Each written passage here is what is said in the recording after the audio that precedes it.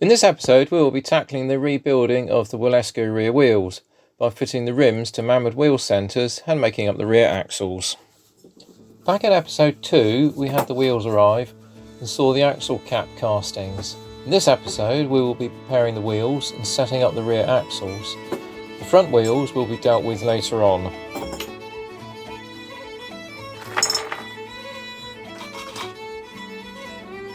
Right, so let's get stuck into it. The first task was to strip the original Mamod red paint so as to take these wheels back to their original bare metal state. This was done with the aid of some Nitromor's paint stripper, vinyl gloves and a stiff wire brush.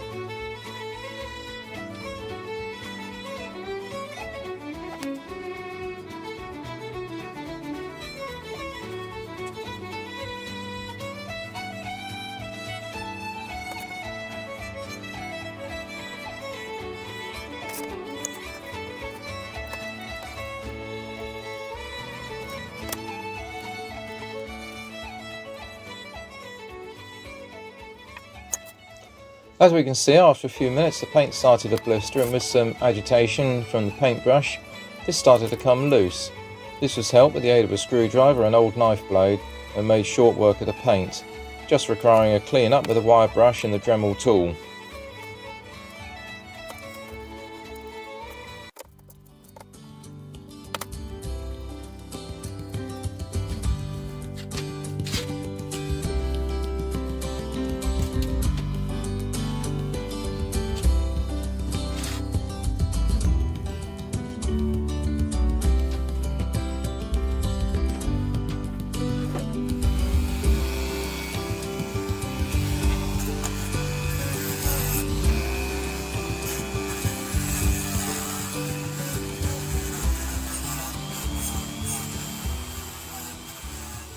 By the end of the first evening, we had all 4 rear wheels with the paint stripped off, back to bare metal and cleaned up, ready for the next stage. Following the paint removal, 2 of the rear wheels, one for each engine, had their axle stubs turned down to clear the Wilesco clutch fork drive.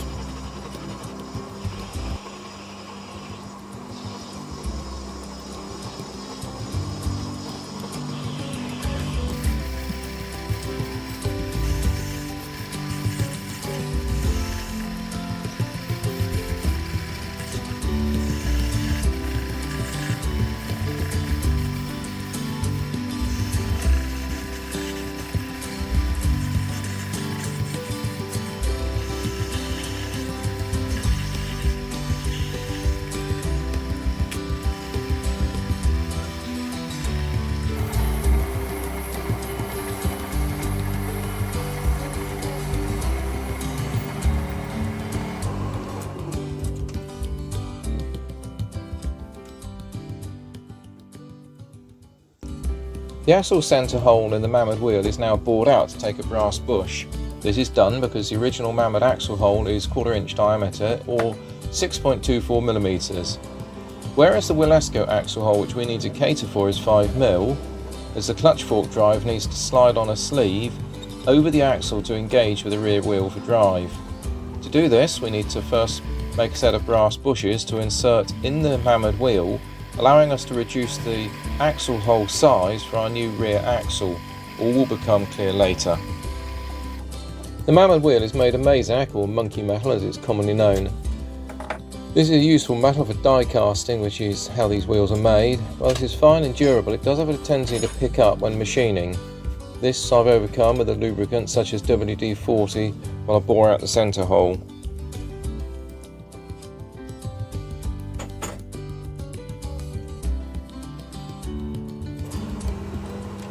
Having finished the machining, the ends of the axle stubs were then just trimmed off, tied it up, and then to deburr I used a very large 1/2 inch drill bit, just touching in the centre to give it a nice chamfered finish. So the next stage is to make a set of brass bushes. These will go inside the Mamod wheel centres we've bored out. For this I'm using some 7/16 brass bar. This gives a metric size of 9.47mm. The drill I used to bore the wheel centres out is 9.5mm. Actually it comes out at 9.45. If you follow me, the difference allows me to press fit the bush in place with the aid of thread lock adhesive. Next, the bush is checked for length, tied it up, and then parted off from the stock length so it can be checked for fit.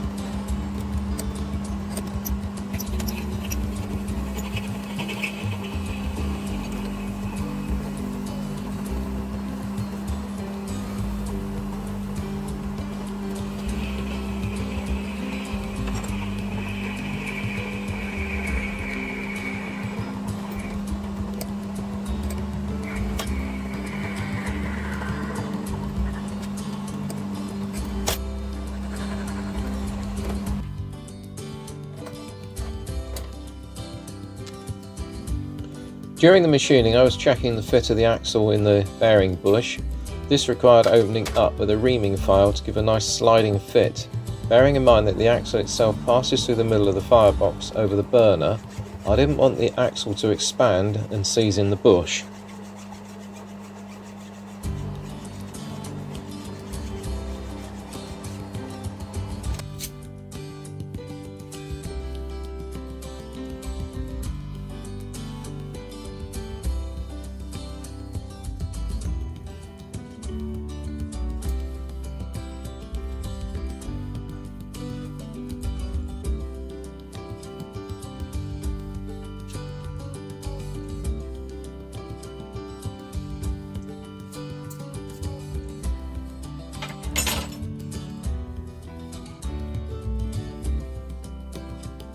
Once I was happy with the fit of the bushes over the axle material, the bushes were pressed into the Mamod wheel centres with the aid of the bench vise and thread lock adhesive.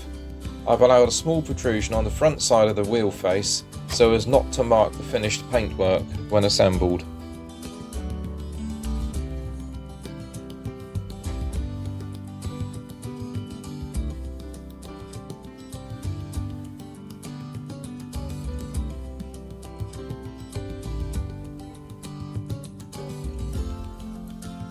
And there we have it, a completed set of Mamod rear wheels fitted onto an axle bush that turns nicely on the axle.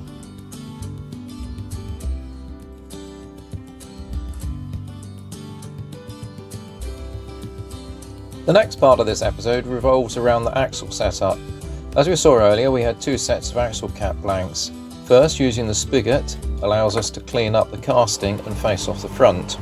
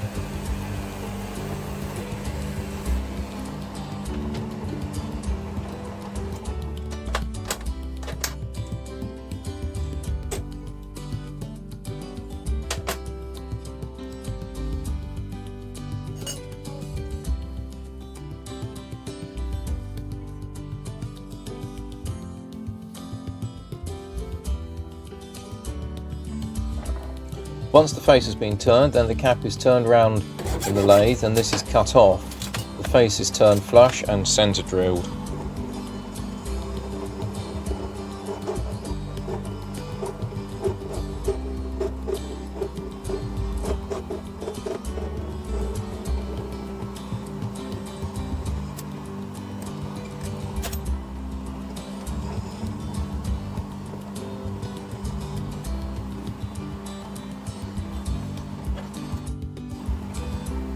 The centre is now drilled and tapped in the lathe for an M4 thread, ready for the axle.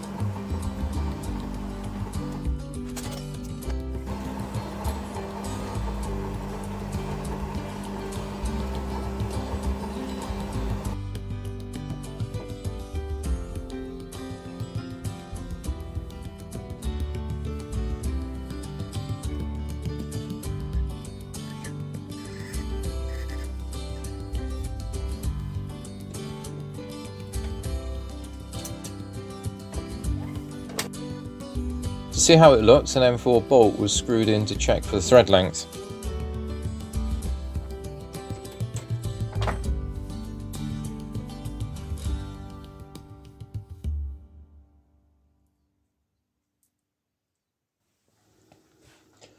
Next, the axle length needed to be determined. First, the distance from the back face of the rear wheels to the outer face of the firebox was checked, and this came out at 25mm. Then I needed to remove the existing rear wheels off the Wilesco, so with the aid of a screwdriver it's simply a case of levering off the axle end cap and removing the wheels along with the clutch dog and gear wheel, retaining all of these including the brass tube spacers and washers, as these will be required for reassembly.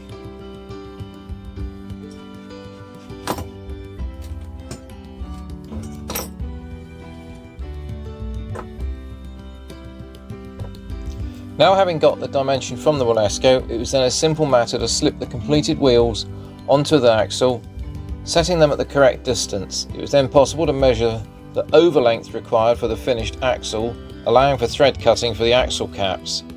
Giving an overall length of 158mm, the axle was cut slightly over this and trimmed to length.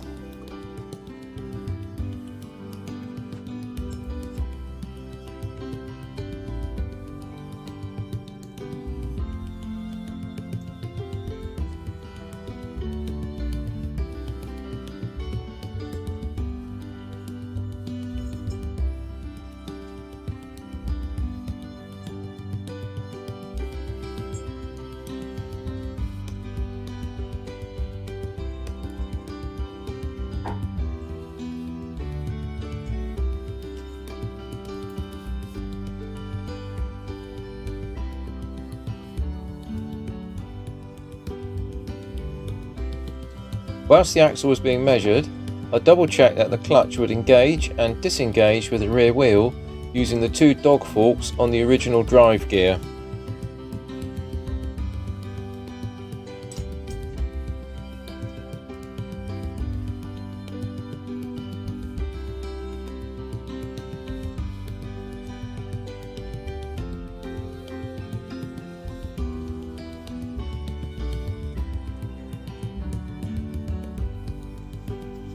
So having trimmed the axle to the correct length, the shoulder was then turned to allow for an M4 thread to match the axle caps to be cut.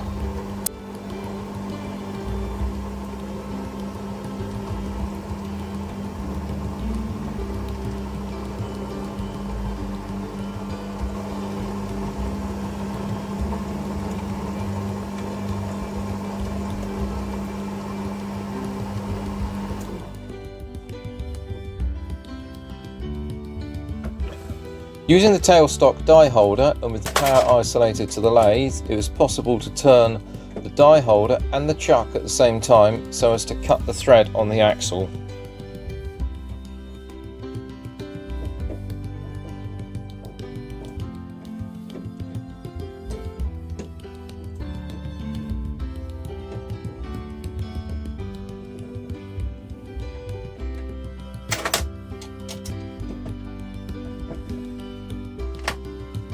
And then I screwed a cap onto the axle end to check that this was sitting true and turned neatly, which it did.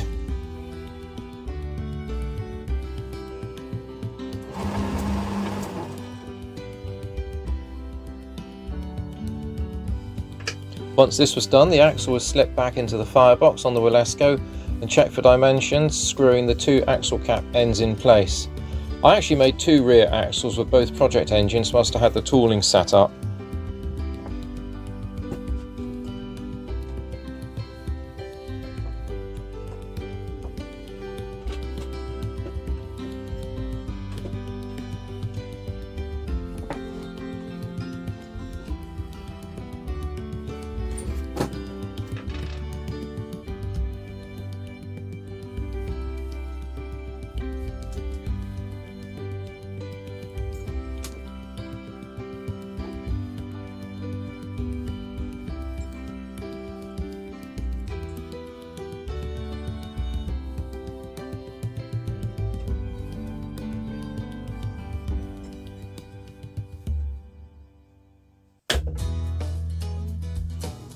The final task now was to bond the Wilesco rear wheel rims to the Mamod wheel centres. First, the Wilesco wheel centres were removed with the aid of a hammer to drive them off the rim. Then the wheels were placed on a section of plywood that had the centre holes drilled for the hub boss to press into, thus keeping the assembly true. Next, the Wilesco rims were cut up to use the centre hub spokes as packing pieces. These were all trimmed to 20mm long and used to make up the difference in diameter by packing the rims out to the same spacing pitch.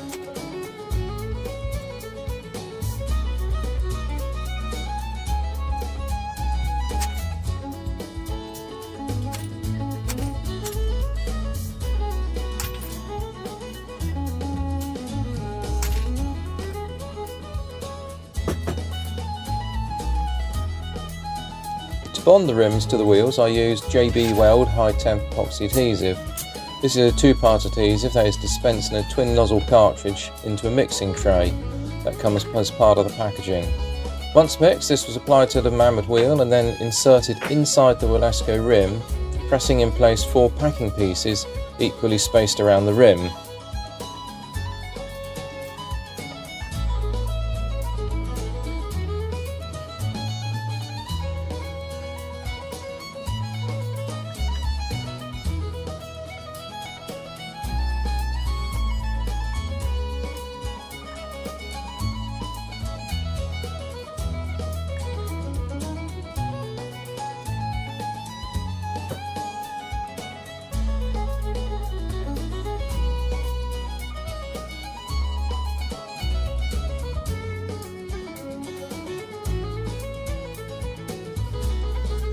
These were then checked for the centre to rim dimension, as this works out at 47.48mm. Due to the temperature in the workshop, the adhesive is fairly fluid, so as to avoid the wheel bonding itself to the board, the wheel was then placed on greaseproof paper.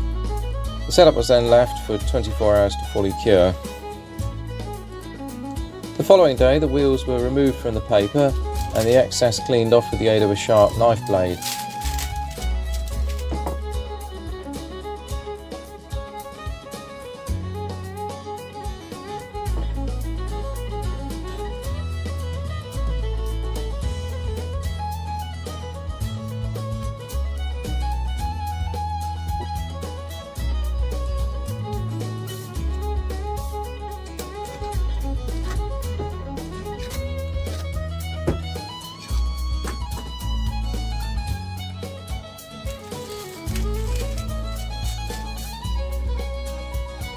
Next, I use Milliput 2-part filler, as this is resistant to temperature and oil. This is also water soluble in the mixed stage, and this makes it easier to work into the gaps, pressing this in with the aid of a small mould detail tool around the rim and trimmed flush. This is left for 12 hours to cure hard.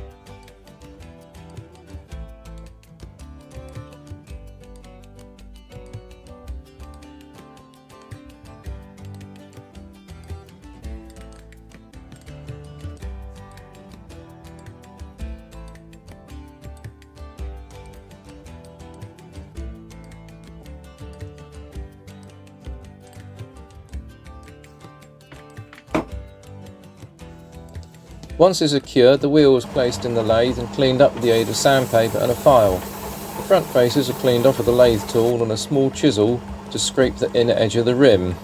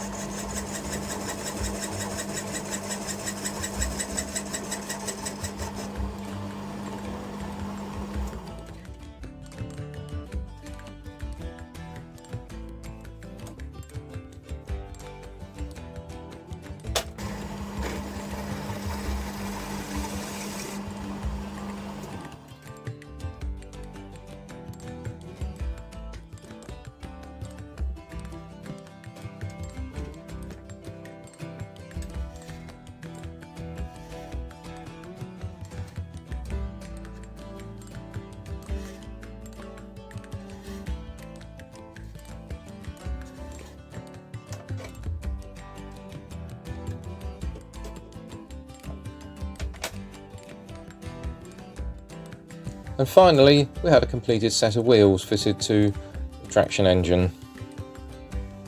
And what did I do with the spare milliput left over? Well, this was used to make a small hedgehog for X-Hill Works.